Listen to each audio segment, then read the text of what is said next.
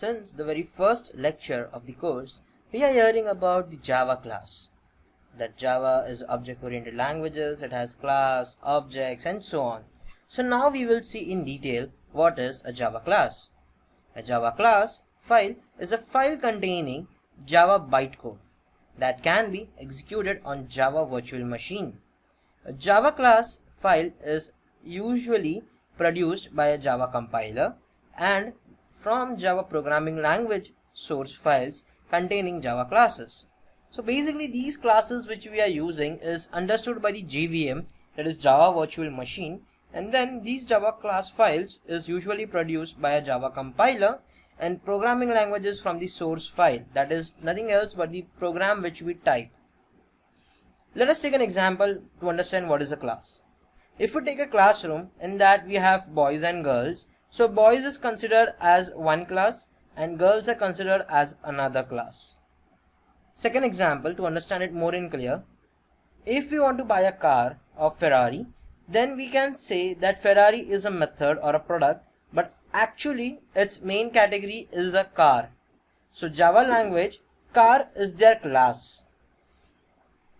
Similarly, to understand that, if we see that what is a Java class or Java file, or basically the Java class to be precise, Java classes are nothing else but the main category of that thing.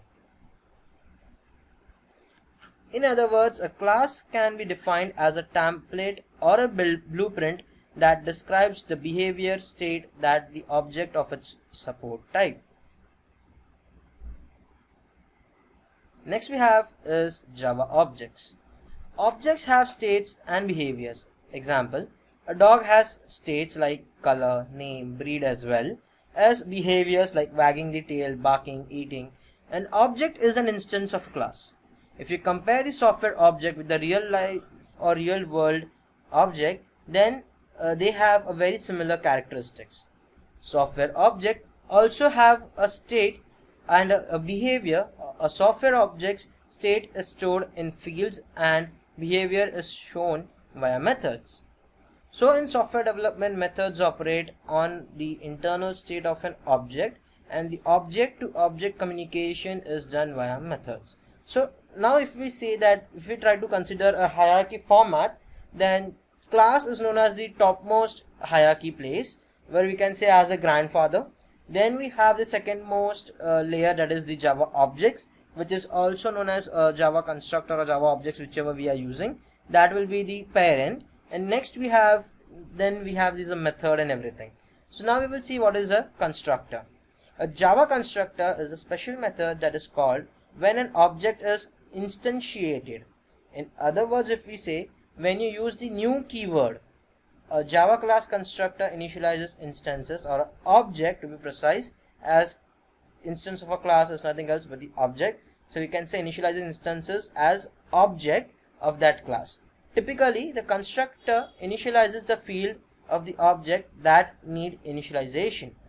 There are two kinds of constructor, parameterized and non-parameterized. As the word itself means parameterized, that means which accepts some kind of parameters in them for the execution, and non-parameterized are the one which tend to have some non-parameters or some non-required elements or prerequisite to execute.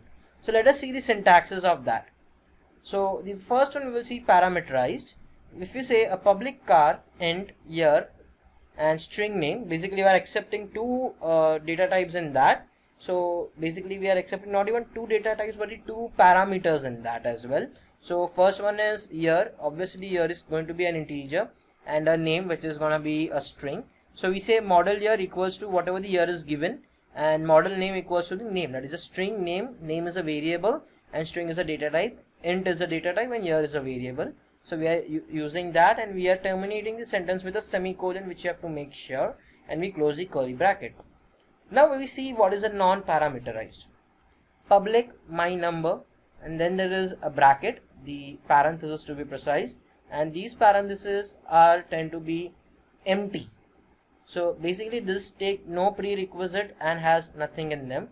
And then we say x equals to 5. It's a normal assigning in it and a normal declaration. So I'm just saying x equals to y and it's closing out. So this is the difference between parameterized and non-parameterized, where you take the parameters and you use them, and in non-parameterized you are taking no parameters and you are initializing and declaring the stuff itself inside a syntax. So this was the difference between parameterized and non-parameterized. So we will just try to have a short recap what we have learned in this particular lecture.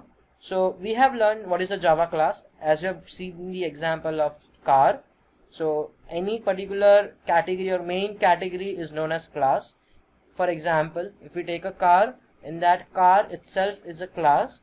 In that then we have different brands like Ferrari, Chevrolet or something like that. So that's a different category. In that we have different models. These models have some more extra features in them, from top model or bottom model, like that. So that's the basic difference we will see, like a class equals to a car in this. So this was all about the Java class.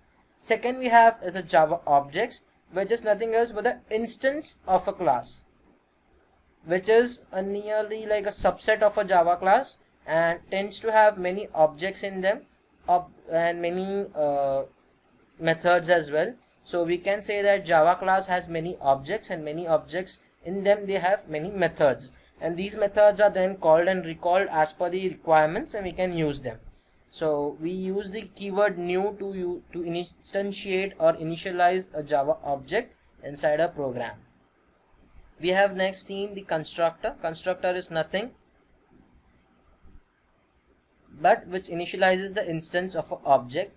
So typically the construction initializes the field of the object that need initialization, and we have seen it has nearly two parameters, or two categories to be precise, that is parameterized and non-parameterized. And Java constructor are very much important, which basically tends to say that which particular part or which particular segment or which particular library needs to be executed, or object needs to be executed or created or being constructed, to be precise. Then we have seen the syntaxes and the difference between them, why parameterized is necessary, why non-parameterized is used, what are the difference between their syntaxes, how to use them. We have seen a small example, and after this particular lecture, after this particular section, we'll be going through a live practical project to understand how these practical projects are built using parameterized constructor and non-parameterized, and how to execute them time to time using NetBeans. So we will move to the next lecture in the next part. See you there.